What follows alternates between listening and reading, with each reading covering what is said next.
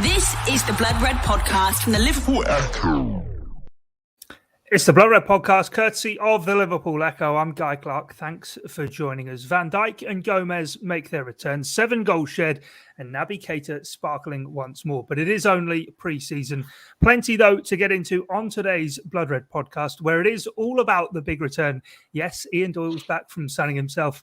And right on cue, ahead of a week off for yours truly, it's absolutely hammering it down outside. Rimmer and Matt Addison also here. But Doyle, how are you? Enjoyed your break? Any time away from work is brilliant, which of course in this day and age means not being in my box room in my house. Yeah, fair enough. You've grown yourself a nice little beard there as well. I hadn't even noticed that I'd done it until I spotted myself on camera yesterday. Saying to Joe we were doing something else, and it's like, well, what's with the gravy beard? What's going on there? Funny enough, I don't look at myself all the time, so there you go. It's salt and pepper. So, yeah, that is the approach. But anyway, we've got a bit to get into. Let's sort of get straight into last night's action, the 4-3 defeat to Hertha Berlin. And Doyle, it was all really about Van Dijk and Gomez coming back, albeit for just the last 20 minutes. But a big boost for Jurgen Klopp and all Reds. Well, it's a big boost in the fact that they're actually obviously back fit and available, but I don't think anybody's getting too excited yet. Although if you actually looked at social media after the game, I think supporters of other clubs were quite delighted to see Van Dijk make a slight mistake for Hertha's 4th goal, and they probably would have picked up on the fact that Gomez got a booking as well. So, you know, that kind of underlines that the pair of them still got a long way to go in terms of getting up to optimum fitness and match sharpness.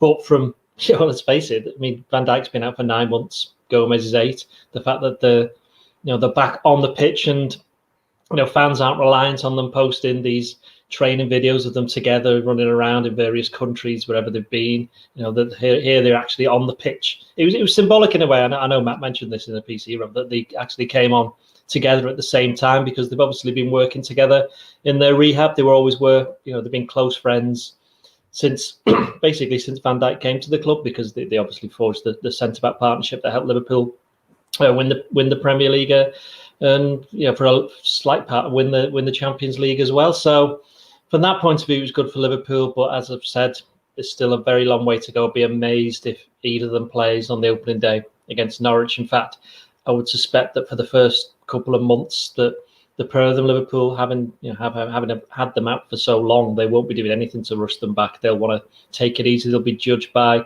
what the respective bodies are saying, what the medical people are saying. So it's but let's be blunt. It's a very, very good sign, the fact that the pair of them are back out there on the pitch and playing football.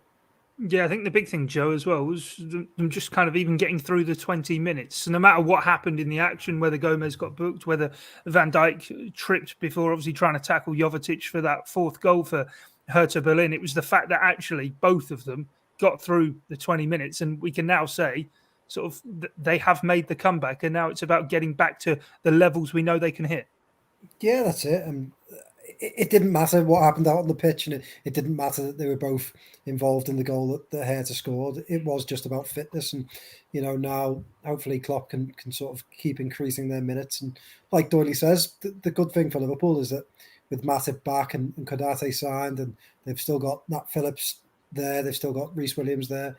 There's no massive pressure for Liverpool to play them in the first month or even 2 months of the season. They can ease them back into it. So Liverpool are in good shape there. I won't lie. I've seen when I saw the goal that Hertha scored, I got a slight fright because sort of Van Dijk sort of fell down onto his knees, didn't he? And I think he was just adjusting his sock, but just seeing the sight of him reach towards that area of his legs, I was like, God, please no. I was the exact same. Yeah. You just hope now that they take it easy, that they come through these, build up their fitness. And it was fantastic to see them back. And,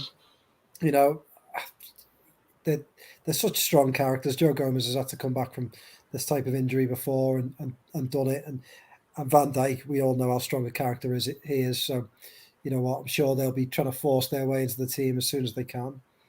Yeah, to me, Matt, it kind of underlined, I suppose, the benefit of them both coming back through pre-season and ahead of the new season. That Van Dijk, there was clearly sort of a bit of rustiness there. I think Paul Gorst counted it up, 285 days since his injury. But at the end of the day, it's far better him coming back into a pre-season friendly than it would be a competitive game and making an error, because at the end of the day, it was.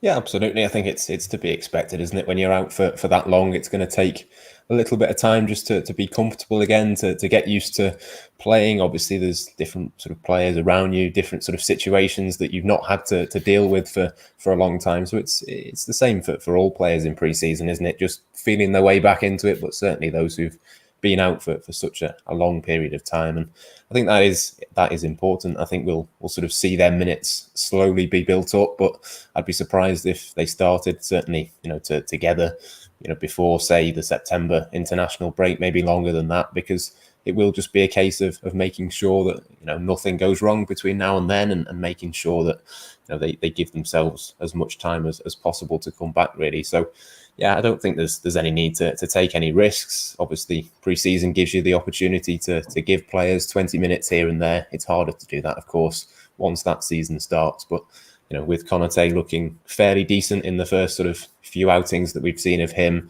obviously Joel Matip is fit for now. How long that remains the case, who knows? But certainly at this moment in time, that looks good. So there's not really any reason for Liverpool to play either Van Dijk or Gomez at the start of the season. You've got two really good centre-backs there, fit, ready, seemingly ready to go on day one. So, yeah, there won't be any risks taken, and there really isn't any need for Liverpool to do that. Will it be a benefit as well, Doyley, to Ibrahim Konate, the fact that he effectively will know he's guaranteed of being in that starting 11 for a little while, to be able to bed himself in, rather than daily feeling as though he is having to push and wait and be patient for a chance in the team, that actually he's the guy who will probably start the season in possession of the jersey?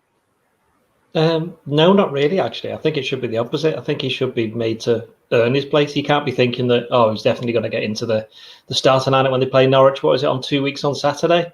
I mean, judging from what we've seen so far, the last two games where they played the full matches, the 90-minute games, both he and Matip have been partnered at centre-back, and it doesn't take a great leap of faith to believe that that's what's going to start the season. But I'm not surprised Liverpool conceded 4 goals yesterday, by the way, because they had 3 different centre-back pairings that came on. So, I think after last season, they were just trialling all of the different makeups. Yeah, it's like all of them. They might need. That's it. Yeah. They had about 23 different partnerships last season. They're just doing them all in one game now. And, of course, there was no defensive midfielder, really, because there was no Henderson, there was no Fabinho, and as much as Milner can do that job, if he's got next to him Keita and Harvey Elliott, they're not exactly going to be rushing to be, coming back and helping out, although the pair of them did at times. So wasn't really that bothered with that respect. In terms of the centre backs, though, yeah, I mean, it is interesting, isn't it? Because at the end of the season, you had Nat Phillips and Reece Williams, and they got together and looked quite decent in those final 5 games. But I don't think anybody's expecting them to be starting these games now, coming towards the start of the season. I think in some ways we may even see less of them. Although, having said that, the fact that Liverpool are playing games back to back, whether it be a 60-minute game next Thursday against Bologna or a full 90-minute game one day after the next against Athletic Bilbao and Osasuna at Anfield next week. So, yeah, they will get minutes, but I do think, as the lads have said, it's going to be Konate and Matip. But I think Konate will benefit more when Van Dijk and Gomez are back and firing, because then, he'll have to be at the top of his game, and hopefully he'll have adapted a little bit. You did see 1 or 2 signs of he's still getting used to things. I mean, tried to play offside, didn't he, for the first goal? He was the only one that was doing it. Everybody else just ran away from him. So there were little 1 or 2 moments like that. But as we've said, that's what these warm-up games are for, to get these mistakes out of the way and to develop an understanding. And don't forget, you want to play with Alisson Becker either, the goalkeeper. So that's another thing that he's got to look forward to over the next few weeks. Be interesting as well, Joe, I suppose, to sort of see the makeup of how they sort of comprise the defence in Van Dijk and Gomez's absence until they're fully back to speed. Because, for example, it might sort of seem something quite minor, but yesterday, for example, Konate was playing at the left-hand side of the centre-back partnership, Van Dijk's favoured position, building up a small relationship there with Kostas Tsimikas. But should Van Dijk come back ahead of Gomez, for example, all of a sudden, if Konate would have to shift over to the right, it's a different relationship to build with Trent. Yeah, absolutely. These are all the little tiny things that I think people need to take into account when you build a good defence, aren't they? As Doyle said, I think one of the massive key things is, playing in front of a goalkeeper as good as Alisson Becker will make the world of difference. Which side he plays on obviously will make a big difference. Which fullbacks line up alongside him, and these were all the things that contributed to Liverpool having a difficult season last year. Because not just with those centre backs going down injured, but then you'd have different combinations, in different areas. Then you'd have the fullbacks getting used to different players.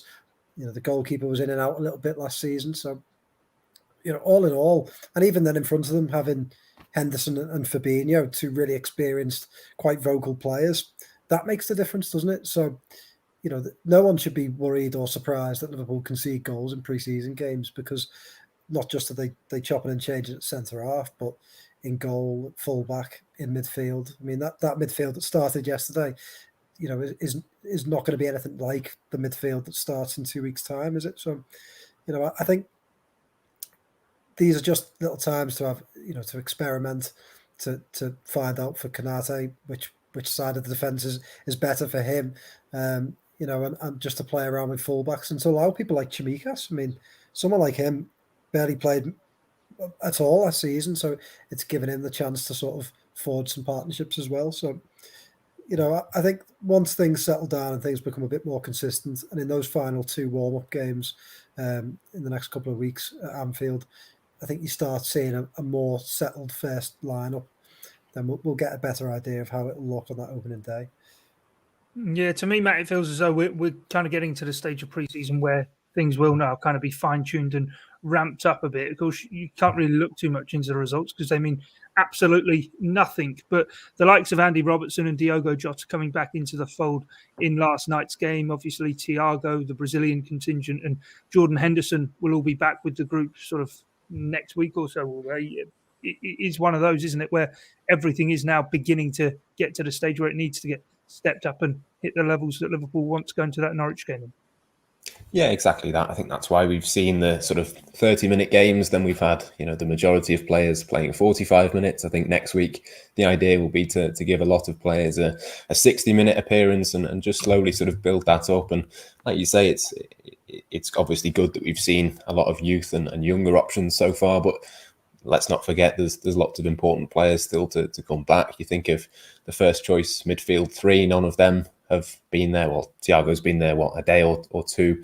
Fabinho and Henderson still to come back. Jota, like you say, he played a little bit, but we've not seen a huge amount of him yet. There's still Firmino to come back. There's players all over the pitch to be added in. But I think what we've seen so far is that the basis is there. The players that you'd really want to be there from the start are there. I think Sadio Mane hugely needed a full pre-season. I think he's not had one since his first season at Liverpool, so that will be important for him, obviously, to get back to the levels that we need him to be at next season. You then look at Van Dijk and Gomez, as we've touched upon. Obviously, they needed to be there for their recovery. You think of new players, Ibrahim Konate, for him to be in from day one, I think is hugely important to bed himself in. So I think obviously there's lots of important players to come back, but I think of the ones that are there and are senior players at the moment, they're probably the ones that you would have picked if you had to choose a few players to have from day one. I think it probably would have been those. So it's been a pretty good pre-season so far. Still a lot of time for Liverpool to work on and develop things. But like you say, we're starting to see those patterns. We've seen a lot of Mane and Salah on the pitch together at the same time. We've seen a lot of certain relationships starting to be built again. I think it was really interesting, the relationship on the right-hand side between Trent, Salah and Harvey Elliott in midfield. Again, how often are we going to see Elliott in that position once the season starts? I don't know, but certainly long term, you'd think that could be a nice little trio to work on. So, yeah, we've started to see the patterns, but I think we will see more and more seniority over the next couple of weeks, as you say, sort of leading into that first game, and hopefully Liverpool can hit the ground running. Yeah, we've touched on the defence, so let's sort of move higher up the pitch and talk about the midfield and attack. I wanted to sort of say Salah's back heel for Minamino's goal was absolutely brilliant as well. I think the way he deliberately put the spin on it as well to kind of bounce into his path was fantastic too. But Doyle, do you mean you can't do that? You can't do that. Me and Joe have done that 5-side times. I usually put the spin on it for Doyle to bang home, don't we? Yeah, that's the way it works. Yeah. And then sometimes Doyle reverses it for me. We have that sort of understanding, don't we, on the pitch, Tony? Telepathic.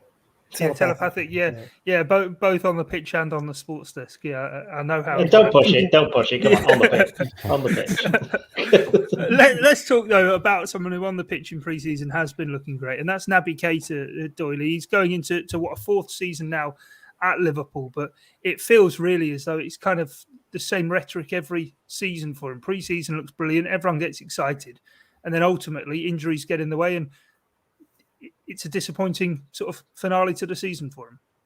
Look, I've got to be honest. I've obviously been off for 4 weeks, so I didn't see any of the earlier games. I made a point of not watching them. I mean, why would you if you're off work, kind of thing? But I was reading some of the stuff, and I was seeing that Keita's meant to have been done quite well. So I was quite interested to see how he went. And I thought it was interesting. The first couple of minutes, he lost the ball. Lost the ball, somebody just came and took the ball off him a couple of times, and you were thinking, oh, hang on, here we go again.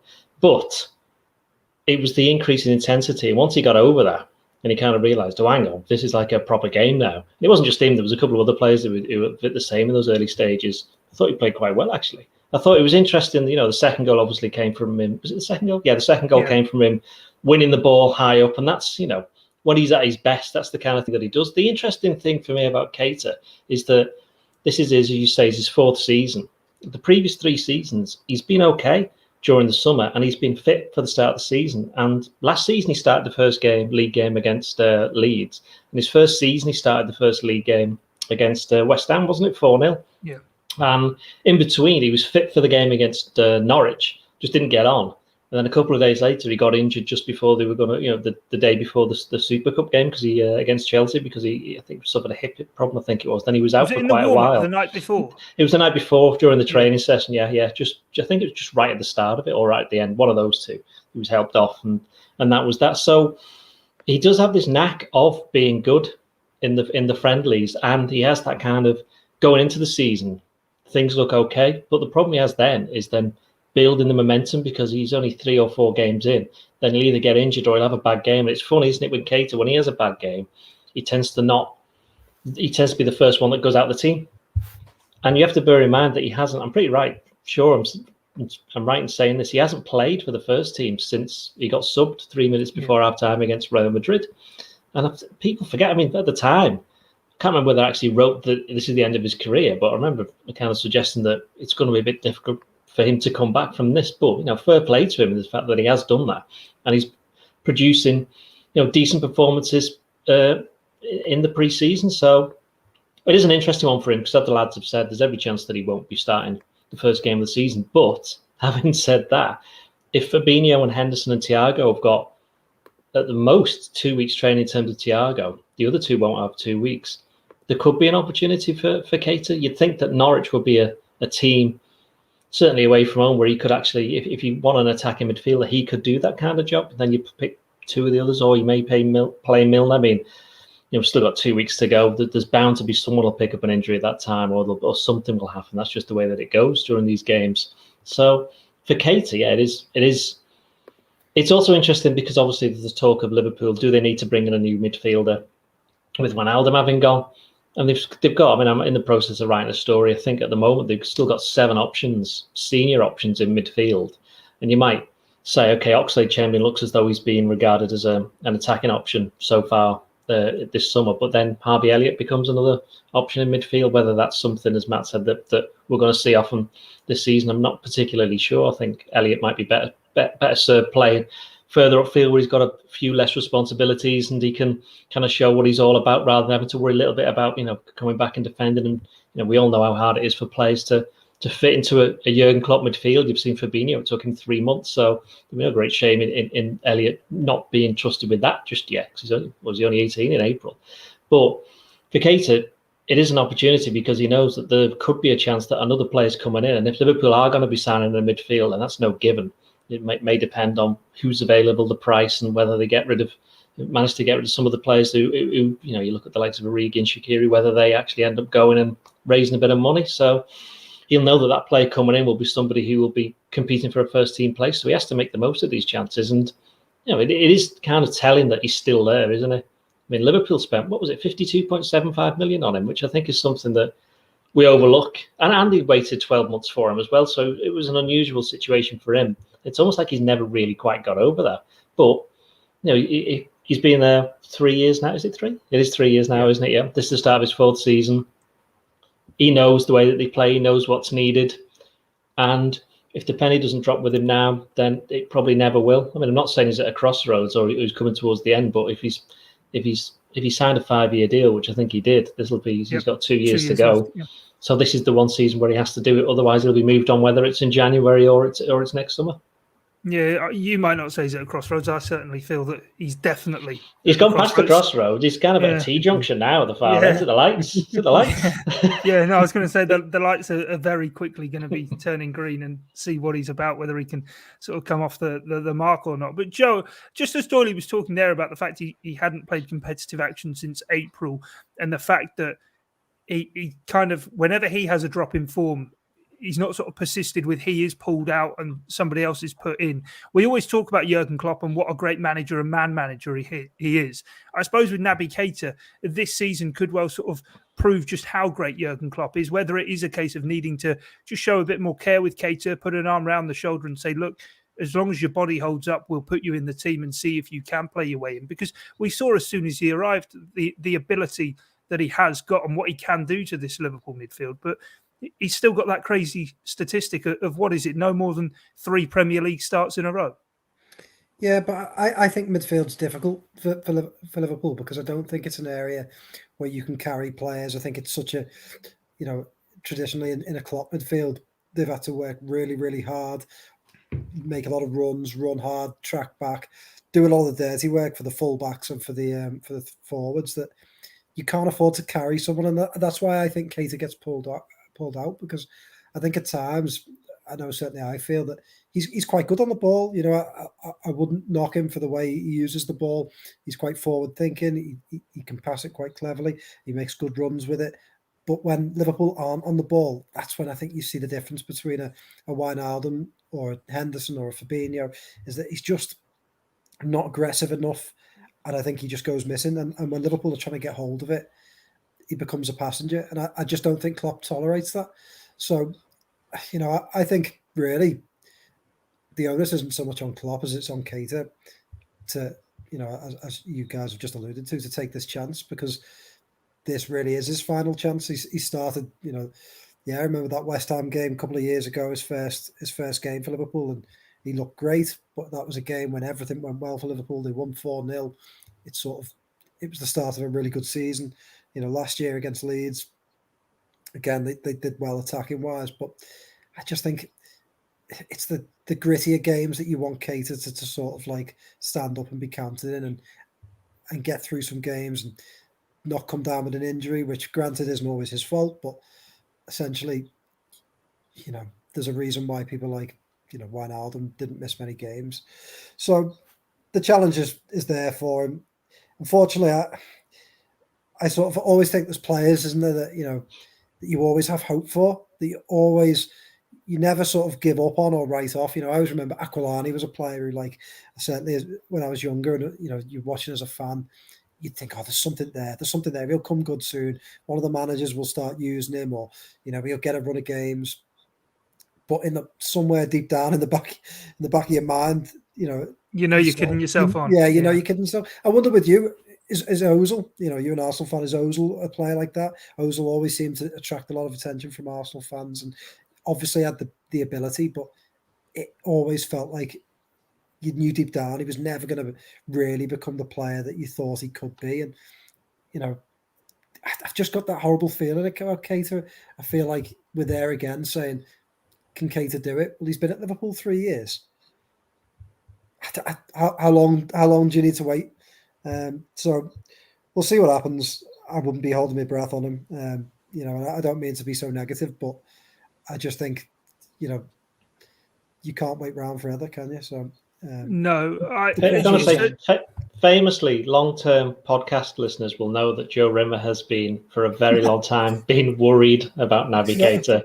He is expressing he went from worried to very worried to slightly worried to not bothered back to being worried. He shows a great amount of concern for the number 8. No, but I'm hugely concerned now. I'm at the point where, I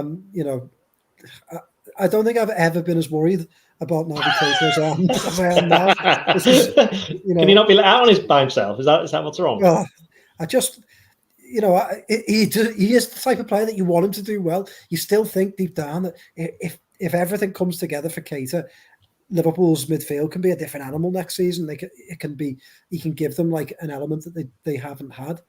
But I don't know whether I'm just kidding myself, and perhaps I think at this point I am. Do you feel as though maybe he's a player?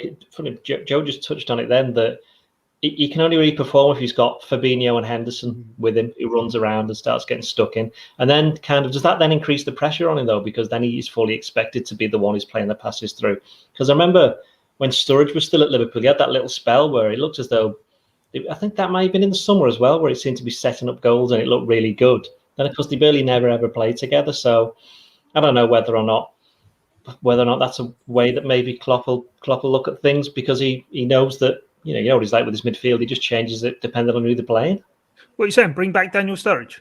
Yeah, that's exactly what I'm saying. He's at Mallorca at the moment. Bring him back. Yeah, exactly. Yeah. He's at Hendo. Yeah, Jordan Henderson's there. You can just tap him up. Exactly. Yeah, get it sorted. Because they're pictured together. Maybe that was the whole signing. To be fair though, he's got sandals and socks on. So, dear. I'm not exactly Mr. Fashion, but I know that there is some faux pas.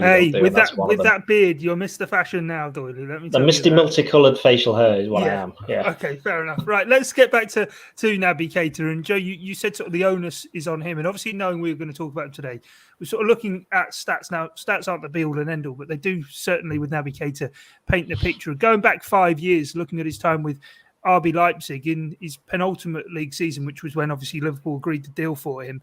He'd made 29 starts that season and played 2,416 minutes. Fast forward 5 years, and year on year, his league season, he's had a decline in minutes played. Till last season, Matt, he started 7 games and played only 524 minutes. In that time, he's gone from being a 21-year-old to a 26-year-old.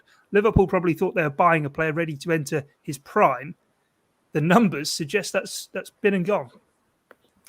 Yeah, I mean, look, you can't argue with that, can you? It is a decline year on year. You look at the starts, even to be honest, 29 starts isn't a huge amount to begin with, is it necessarily? I think you'd want for a £52 million player, you'd want that over the course of a few seasons back to back anyway, to be honest. But I think it's one of those, isn't it? We've said it. It's a cycle with him. You see him every summer. He looks good. Obviously, earlier in the year, there's sort of talk of the medical departments at Liverpool have been working with him to try and increase his durability and make sure they didn't rush him back from previous injuries and things like that. They took their time with him. That there is that kind of lingering hope, and I know what you mean in terms of that pattern, but it just goes back to it, doesn't it? There's always that thing in the back of your head of, well, what if this year is the first year that the pattern reverses? What if this is the start of something? And I think probably for Jurgen Klopp as well, that's probably in the back of his mind. I think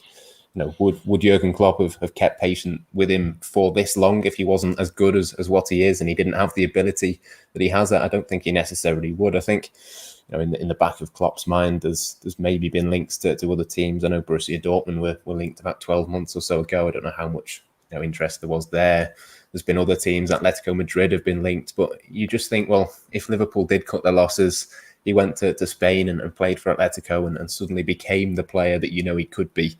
There'd always be that little bit of regret. So, yeah, look, the pattern, the numbers, the stats, they're all worrying. But at the same time, that there is that little bit of you that just thinks maybe just leave it a little bit longer. And, who knows, possibly, as Doyle says, the fact that the first choice midfield trio are not going to be in training for a huge amount of time before the start of that, before the start of the season and that Norwich game. Maybe there is something, maybe he can start the season, maybe it can be, but at the same time, you never can sort of say that with complete confidence.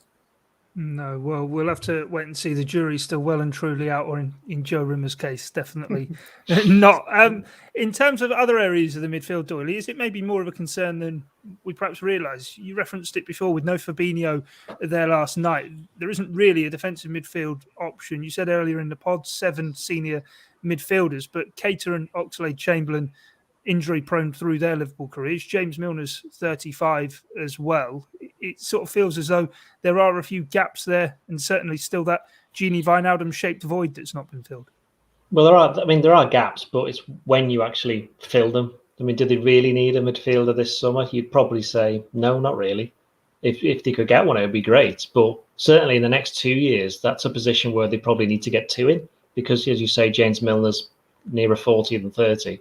And Jordan Henderson, we know the story about his contract, but irrelevant to that, it would be 32, 33 by then anyway. So he would be another player. And then obviously you've got Oxlade-Chamberlain and Keita. They're not going to play every single game.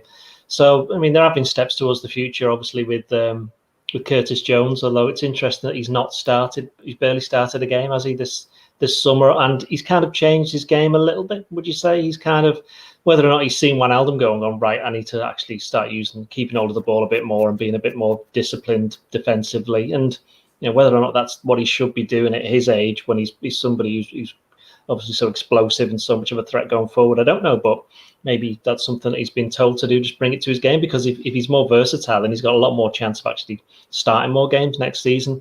So, yeah, I mean, as I said, a midfielder, they could probably get away with not buying one this transfer window. They'd be very unlucky if all of the midfielders, like 4 of them, got injured at the same time. I mean, said that about defence? Well, the difference there, though, is that they only had 3 first choice senior centre backs. Now they've actually got, you could argue, well, actually, Curtis Jones is still, I'd say, senior. So they got 7 into 3. So they will be unlucky to lose that many midfielders that they have to play, some other people out of position. But it is an interesting one, because they're obviously looking. Well, we know that they're looking at midfielders. I've got to be careful now, because a month off and people will be copying and pasting again. They have obviously been looking at midfielders. We know that they got they got a short list of players that they look at, a long list that they look in terms of long-term targets. I'm just filling spaces for people now, aren't I? But whether or not they actually buy one will obviously come down to 2 things. One, whether Klopp actually feels so they really need it, because he'll obviously been building up, the squad at the moment and giving people opportunities. So imagine if he gives them all the opportunity, then at the last minute just brings somebody else in, says, right, they're playing. It wouldn't be good for the morale of some players, but they know a lot better than we do the way things are going. They're not daft. But if there's a top player becomes available, and you never know, there might be, as Matt said, there are people looking at Keita. There's bound to be people looking at Oxlade-Chamberlain. They're the 2 that, if somebody came in with an offer, would Liverpool be tempted to have a look? Again, that would depend on whether or not they've got somebody else lined up, whether it's next season or this summer. So these are the things that we don't know. But in short, I don't necessarily think they need to sign a midfielder, but they certainly do by this time next season, next year even. That's a nice little 300-word piece finding its way to a website near you soon. That's my Saturday stuff sorted, yeah? Yeah, there you go. Joe, in terms of the midfield, though, in terms of all the planning that Michael Edwards and Jurgen Klopp do around their squad and everything, there does seem to be a weird mix of sort of the profiles. There are those sort of touching 30 or over 30 in James Milner's case. Then there's the likes of Harvey Elliott, who's been used there in pre-season, and Curtis Jones. And I suppose the 2 you'd really say kind of prime years of their careers in Alex Oxlade-Chamberlain and Naby Keita are the 2 most injury-prone players in there. So to me, it looks as though there is kind of a need for somebody who's probably got a bit of pedigree about them to be able to come into that Liverpool midfield and be the man to be in there for 3 or 4 seasons. Yeah, no, I agree with you. Sorry, Doyle, but I slightly disagree. I think whilst they've got a lot of options, I think too many of those options are at points where, you've got someone at the start of their career like Curtis Jones, coming towards the end of their career like James Milner. And then, as you say, the 2 players who are sort of inverted commas in their prime are Oxlade-Chamberlain and Keita. Well, Oxlade-Chamberlain's been playing further forward and has never been particularly reliable with injuries. Keita, we just talked about his form. So that 4 of those 7 options, I don't think you would want to totally go into the season relying on. So that means they've got 3 options for 3 places. Don't forget, it's not a 2-man midfield, is it? It's a 3-man midfield. So, and then Thiago's 29, Henderson's 29, has had quite a lot of injuries. And I'm not sure you can quite dismiss all of those players as not options. No, they're not. Sorry, I'm not dismissing them. But let's face it. If Henderson picks up an injury, then you basically you need one of them to come in. And we've seen before that Keita form or fitness isn't reliable. Oxlade-Chamberlain form fitness isn't quite reliable. James Milner is 35, isn't going to be able to play lots and lots of games combined. And then Curtis Jones is very young, and young players go through periods of form, don't they? I still think, I think there is a void left by Wijnaldum. I'd like to see them buy someone slightly more senior and to take the place of Wijnaldum. And then you've got 4 really, really strong options for 3 places. And more often than not, someone's going to be injured, someone's going to be out of form, someone's going to be out the side. I love Jordan Henderson, think the world of him as a footballer, but he is getting to the point now where he does pick up injuries. So, I just think they need a more senior option in there, to replace Wijnaldum. I can't help, you see these links to Saul in Atletico, and someone like that. I'm not saying that he's certainly the answer, but he's certainly got the pedigree, hasn't he? He's someone that can come straight into the side, has got experience at the right age. Someone like that to me is the type of player Liverpool need right now. I think in the next 18 months they'll have bought 2 new midfielders. I can say that. That's definitely going to happen, I think. I think you may well be right, but personally, this is the way Klopp does it. He does like to gamble a little bit, doesn't he? And he doesn't like to sort of just buy solutions. But I think Liverpool could regret going into the season without buying a new midfielder. Yeah, and Liverpool are normally ahead of the curve. So if you're saying in 18 months they're going to buy 2 Doyle, surely this summer would be a prime example, an option to kind of buy one of those. If they've got any money, yeah. Yeah, okay. We'll have to wait and see how no, we will have to wait and see. That's the thing. We don't exactly know how much money they've got to spend. So, it may come down to that. It may well be, as we've said before, Origi, Shaqiri have gone this time next week and they've signed somebody. So, there's every chance that could happen, whether that's a forward or a midfielder, because we know they're the 2 positions that they're looking to fill. I know we mentioned Oxlade-Chamberlain just then. He's somebody that's obviously trying a bit further upfield because they want to see how many more options they can get out of the players they've got at the moment. Well, then, Matt, will Jurgen Klopp, though, not be sort of, I suppose, fairly frustrated? Because it's not as though the Wijnaldum situation just sprung out of nowhere. I'm sure from March, April, probably at the latest, they knew for definite Gini Wijnaldum was probably going to be leaving on a free. And they made, obviously, Konate such a priority of needing a centre-half. Surely alongside that, before they sell players, they have recouped money and they've done well at doing that in the past as well. But surely it's about taking care of what business needs doing first and foremost. And obviously we're 2 weeks away from the start of the season now, and Liverpool could maybe well do with a midfield player. Yeah, I mean, I do think they need one more, and I think it makes sense long term as well to sort of do that. But it is a balance, isn't it? I know, they can get away with not getting another one in, but do you want to take that chance? Do you want to have that gamble? I'm not convinced that a club like Liverpool should be doing that. I think with the ambitions that Liverpool have got next season, it would make it certainly more likely that they could challenge at the very top end of the 2 competitions that they want to challenge for in the Premier League and the Champions League. I think if you've got an extra option, an extra top quality option in that sort of area, I think it massively helps out. But it is very, very difficult, isn't it? We've sort of spoken about it all summer in terms of the finances. It's not just the transfer fee, it's the wages, it's the age profile of the player. It's do they want to come in and know that they will be 4th choice with only 3 playing at once. It's so hard to find that perfect option to come in. I think, there's been loads of names linked. We've seen, even ridiculous ones like Paul Pogba yesterday being linked. I mean, something like that is never going to happen. But I think that there is certainly, from my perspective, more of a need than a want to get a midfielder in, just to make yourself feel that little bit safer going into the season for all of those reasons that we've discussed. So, yeah, I think if they don't get one, it would be a gamble. But let's face it, Liverpool have gambled in the past, and sometimes it works, sometimes it doesn't. Paul Pogba is never going to happen, says respected Liverpool journalist Matt Addison. There you go. I've sorted that. I've written the piece for them, though. There we go. Headline stand. Yeah, no, yeah.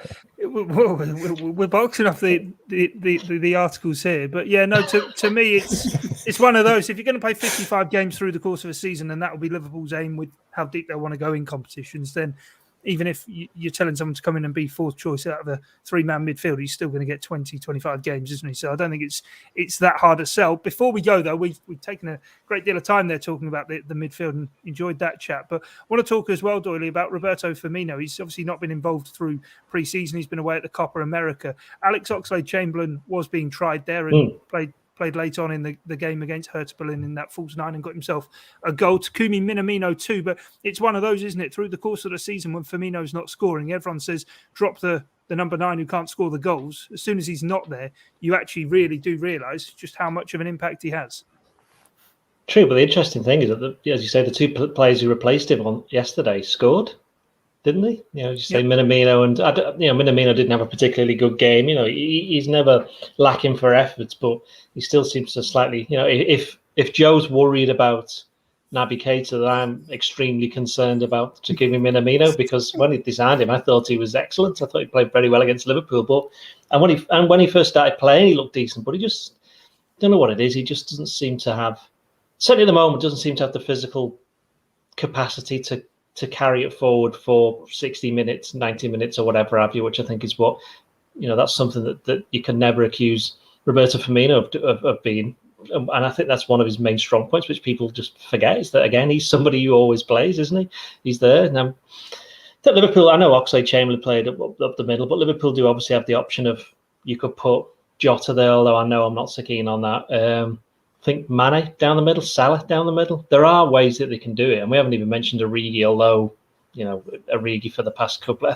I think was it the other day it said it's been 7 years since he signed, which I think was pretty. I know the first season he got loaned back to Lille, but that is pretty remarkable, really. So yeah, Firmino. I mean, yeah, you have to bear in mind that he year by year he's scoring fewer goals, but his actual contribution to the team is always there, and it's when that contribution stops, that's, I think, when the concerns will rise. And again with him, there's never any suggestion of Liverpool looking to cash in or Liverpool looking to move him on, because he's a player that you want around the squad, in the team. He'll always be there or thereabouts, and he seems to enjoy it there. And because he plays in such a specific way, that's why Klopp likes playing with him, sticking with him. I do think Liverpool, as we've just said before, I do think they need another forward option. Whether that's, and I actually do, me personally, think it's somebody who can go down the middle and score goals. Not quite the old fox in the box, but certainly somebody who knows where the goal is and doesn't mind having a crack, which is a little bit like Jota, but I think somebody with a little bit more physical presence, perhaps. Somebody's a bit different to what Liverpool already have, which is, I think that's what they thought Origi was going to be, and it hasn't obviously quite worked out that way over a course of time. If he can sit out another 3 years on that contract, though, he'll have 10 years. Will he get the statue then? We'll have to phone up. Well, old colleague. Did they do testimonials? Do they still do testimonials? I don't know. Maybe he'd be due one then and deserve one. Matt, before we throw over to Joe, which Liverpool players concerning you then? We've had Naby Keita and Firmino. No, I wouldn't want to pick out anyone in particular, but I suppose the Alex Oxlade-Chamberlain thing is interesting. I'm not sort of concerned in terms of, I don't think he was ever first in sort of Jurgen Klopp's plans in terms of being, the first name on the team sheet or things like that. But I think it's going to be interesting. It's kind of a make or break season for a few players, I think, and he is probably one of them. Naby Keita is one of them with 2 years left on their contracts. I think, that's been interesting. I think there is the kind of raw materials, if you like, for him to play in that front three. I think there is something there for him, but I don't know. My concern with him really would be that you just can't see him getting a consistent run of games. And I think he is very much a player that if you play him week in, week out, you play him and give him that confidence and that rhythm, I think he can really sort of come good and show some good form. But can you really see him playing week in, week out for a period of 6 to 8 weeks for Liverpool next season? I'm not sure. Even with his newfound versatility, I'm not quite sure that would be the case. So, yeah, I think there's definitely something there in terms of him playing as a number 9. I've seen enough to be sort of convinced that he could do that, but I think there's still a bit of a question mark. Yeah, I liked your response there. I thought you were just going to laugh that one off, but yeah, we got a full set then of concerned players for our writers. But Joe, what have you made of the Ox experiment? And I suppose it only goes to underline the point that we've kind of had the last few years. X year is going to be the year of Firmino, underlining the point that when he does need to be replaced, it's going to be an almighty task for Liverpool to do. Oh, absolutely. I mean, replacing Firmino, I still think is the most difficult thing Liverpool are going to have to do in the next several years in terms of the playing side, just because of how key he is to the way they play, the type of profile of player he is, that I just don't think it's easy to go out and find. They almost stumbled across Firmino, didn't they, in the sense that, I don't think he ever came in with the vision to be a false nine, but that's how it panned out, and he's been integral to what Liverpool do. In terms of the Oxlade-Chamberlain experiment, I'm not keen. I must admit, I think if you're playing Oxlade-Chamberlain as number 9, I think that Liverpool are clutching at straws. And again, I think that's an area where they need a player like Doyle. I think they need a player like Doyle. Yeah, a player like Doyle. That's what a 45-year-old player who once Yeah. scored against Liverpool. Yeah, yeah. With a salt and pepper beard. Can't see properly and can't play at night as well. Don't forget. Yeah, of course. But I think as well, you've dropped deeper as you've got older as well. Like it's true. It's true. Just like too off the pitch, back at my house. No, But no, they need an alternative to Origi, and it's all well and good saying that they've got Origi, they've got Shaqiri, but these are players that they clearly want to sell. I just think those are the areas of the team now that need refreshing, and they need a forward, they need another option, and it's slightly concerning me that I think that they use Oxlade-Chamberlain there, because I don't want to see them go into the season using Oxlade-Chamberlain as a backup centre forward, because I guarantee you they'll get 6 months down the line and desperately need someone, because they won't be using him there for that long. It just, I'd be absolutely shocked if he turns out to be a really good auxiliary centre forward. I just can't see it, albeit he did take his goal quite well last night. I just think that's an area of the team they need someone. And I think hopefully if they can find a new home for Origi, that there'll be a gap there to fill. But slightly concerned to see Oxlade-Chamberlain playing there.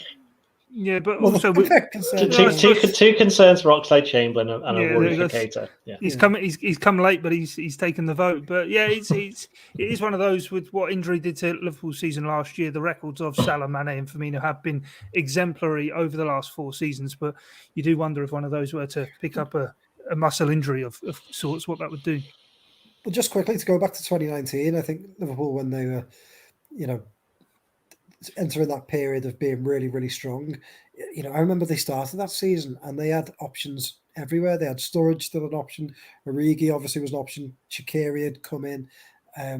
All these Oxlade-Chamberlain, all these backup options. Midfield was packed, and now I think you've seen some of those players sort of run their course. Others have departed.